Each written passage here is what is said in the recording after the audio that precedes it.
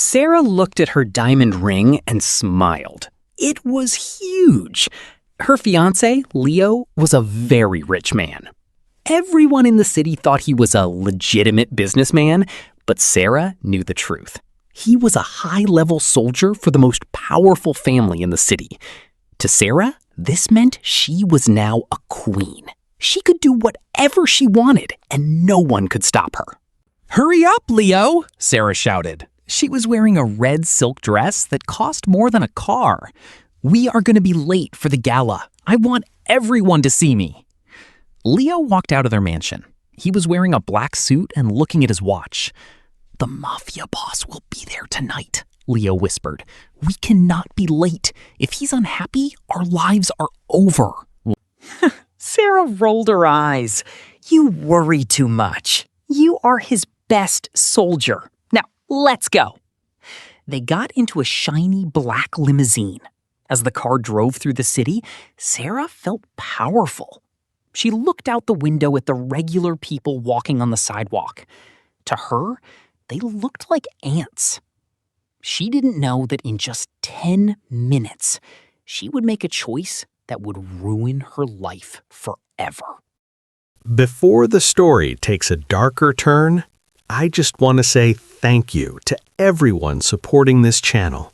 Your likes, your time, your presence here, it means everything. And if you haven't subscribed yet, now would be the perfect moment, because what's coming next, you don't want to miss it. The limousine sped through the dark, rain-covered streets. Inside, Sarah was busy fixing her makeup, while Leo stared nervously out the window. Suddenly, the car slammed on its brakes.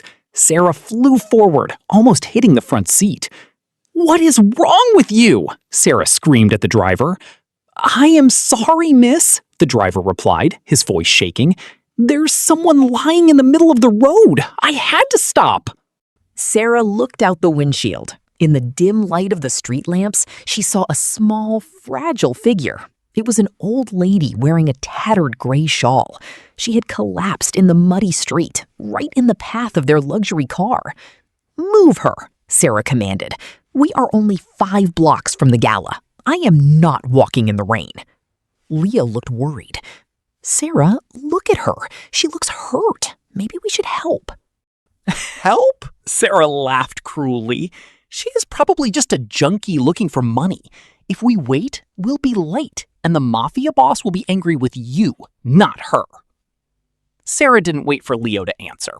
She grabbed her umbrella, stepped out into the pouring rain, and marched toward the old woman. She didn't care about the mud on her expensive shoes. She only cared about her own pride.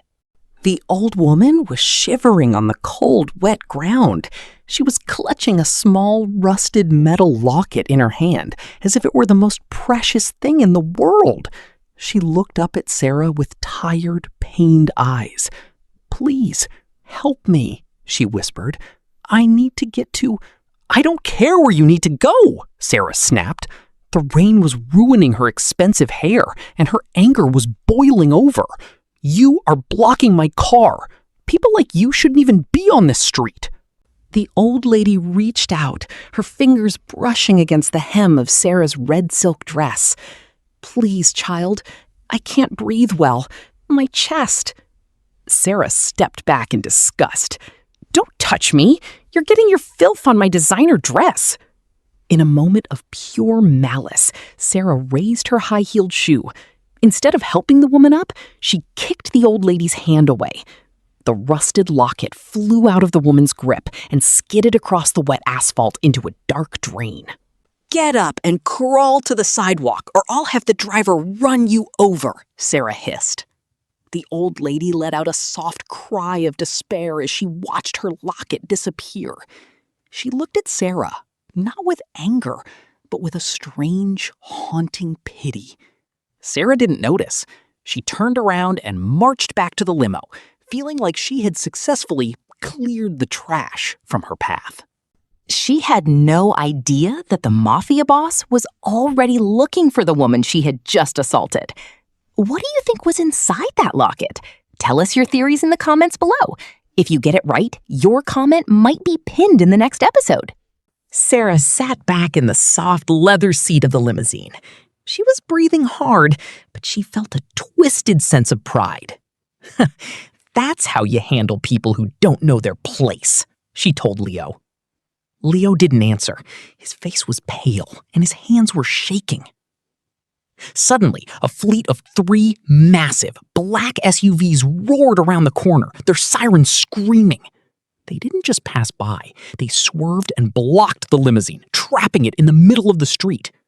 Sarah's heart began to race. What is happening? Leo, do something! The door of the lead SUV opened.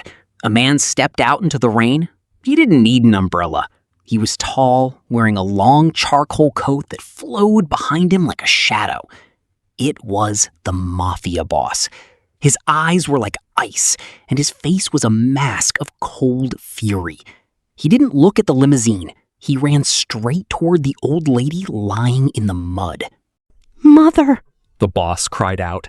He knelt in the grime, completely ignoring his expensive suit, and gathered the fragile woman into his arms. Inside the car, Sarah's blood turned to ice. "Mother?" she whispered. Her voice was barely a breath. She looked at the woman she had just kicked, the woman she had called trash. That woman was the mother of the most dangerous man in the country. Sarah realized she had just signed her own death warrant. The Mafia boss cradled his mother, his hands shaking as he checked her for injuries. "Who did this to you, Mother?" he growled, his voice sounding like thunder in the quiet street. The old lady could barely speak, but she pointed a trembling finger toward the black limousine. The boss looked up, his eyes locked onto the tinted windows of the car where Sarah was hiding. He didn't have to say a word. His men immediately surrounded the limo, their hands on their holstered weapons. Sarah felt like she was trapped in a cage with a lion. "Get out," the boss commanded. His voice wasn't loud, but it carried through the glass. Leo, Sarah's fiancé, opened the door slowly. He fell to his knees in the mud the moment his feet hit the ground. "Boss, please, we didn't know. It was dark and—" "I didn't ask you, Leo," the boss interrupted, stepping closer. He looked past Leo at Sarah, who was still trembling inside the car. "I want the woman who thought my mother was trash to look me in the eye." Sarah stepped out, her red dress now soaked and heavy. She tried to find her voice, but all that came out was a small, pathetic sob. She realized that in the world of the Mafia, some mistakes cannot be fixed with money or apologies. The Mafia boss stood only inches away from Sarah. The heat from the limousine's engine mixed with the cold rain, creating a thick mist around them. "Where is it?" the boss asked, his voice low and dangerous. Sarah shook, her teeth chattering. "Where is what, sir?" "The locket," the old lady whispered from the boss's arms. "She kicked it. It went into the dark." The boss's face turned from cold to murderous. He looked at the sewer drain where the water was rushing fast. "That locket held the only photo of my father," he said to Sarah. "It was the only thing she had left of him. You didn't just kick a woman, you tried to destroy our family's history." He signaled to his men. Within seconds, 3 soldiers were on their hands and knees in the mud, desperately reaching into the drain to find the rusted metal. Sarah watched them, praying they would find it. She knew that if that locket was gone forever, she would be too. The boss turned his gaze back to Sarah. "You like expensive things, don't you?" He looked at her diamond ring and the red silk dress. "You think they make you important. But in my world, a person's worth is measured by how they treat those who have nothing. You have no worth at all." Was the Mafia boss too harsh, or did Sarah get what she deserved? Give this video a like if you think Sarah needs to learn a lesson. For 10 long minutes, the only sound was the heavy rain and the splashing of water. Sarah stood perfectly still, her red dress sticking to her skin. She watched the soldiers. They were covered in filth, searching for a tiny piece of metal. Finally, one of the men shouted and stood up. He held his hand high. In his palm was the rusted locket, dripping with mud. The Mafia boss took the locket and wiped it carefully with a silk handkerchief. He opened it, looked at the photo inside, and let out a long breath. The tension in his shoulders dropped just a little, but his eyes remained sharp when he looked back at Sarah. "You are lucky," the boss said. "If this had been lost to the sea, you would have been lost too."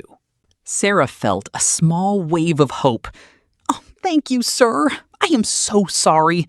I will pay for your mother's medical bills. I will buy her a new house. Just tell me how much." "Be quiet," the boss snapped. "You still think money fixes everything. That is your biggest flaw." He turned to Leo, who was still shaking on the ground. "Leo, you were supposed to be a leader, but you let a woman with a hollow heart guide you. You are no longer fit to serve this family."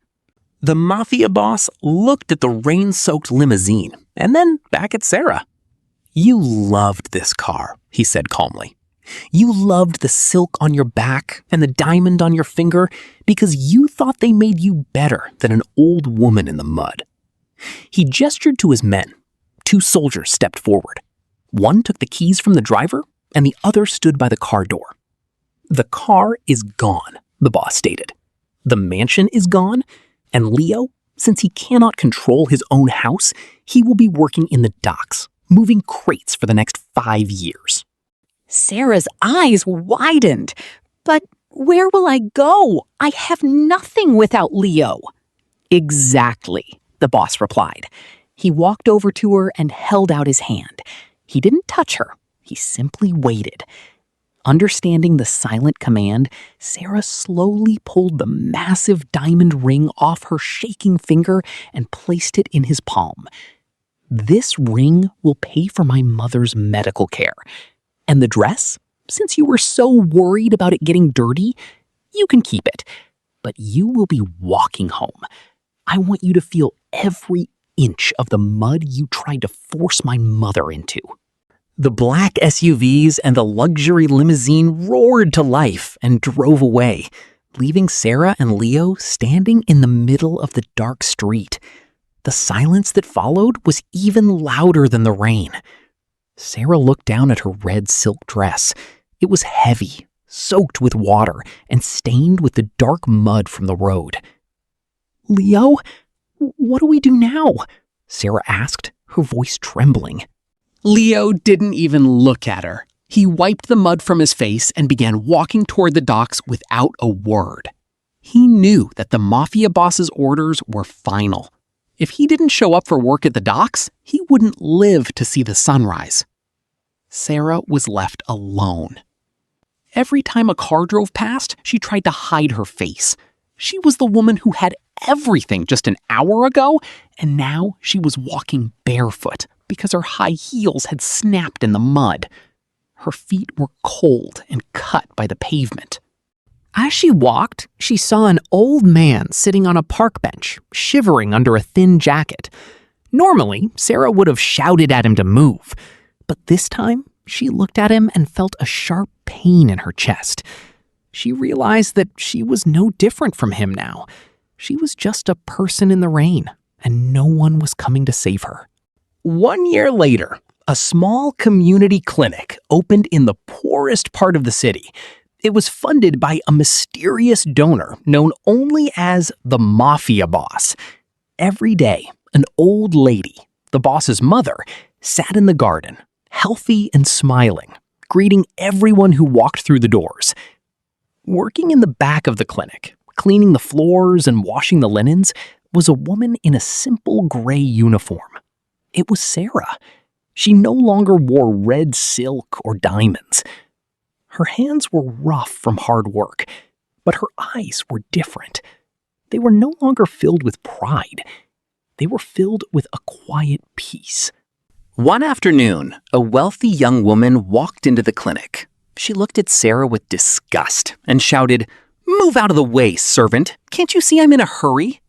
Sarah didn't get angry. She didn't shout back. She simply stepped aside, bowed her head, and said softly, "I am sorry, miss. Please, go ahead. Your time is just as valuable as mine." From his car across the street, the Mafia boss watched the scene through the window. He saw that Sarah had finally learned the lesson that money could never buy. He nodded to his driver and drove away. Sarah had finally paid her debt, not with gold, but with a humble heart. The last mistake had destroyed her old life, but it had finally allowed her to start a real one. The moral lesson of this story centers on the destructive nature of arrogance and the fundamental truth that human dignity is not defined by wealth or social status. Sarah's last mistake was not just an act of rudeness, but a failure to recognize the inherent value of another person based on their outward appearance. The narrative emphasizes that true power is rooted in respect and character, rather than expensive possessions like silk dresses or diamond rings. While Sarah used her status to belittle those she deemed trash, the Mafia boss, a figure of ultimate authority, demonstrated that real strength lies in protecting the vulnerable and honoring family bloodlines. By stripping Sarah of her riches and forcing her to walk the same muddy path she forced the old lady into, the story illustrates poetic justice. It teaches that discrimination is a choice with irreversible consequences. Humility is a requirement for true leadership. Redemption is possible only when one stops valuing objects over people. Ultimately, the story reminds us that life is unpredictable. The person you mistreat today could be the one who holds your future in their hands tomorrow. If you like this story, please leave a like and drop a comment. Also, please subscribe and turn on notifications so you won't miss the next interesting story. We wish everybody watching a good health and light in our path.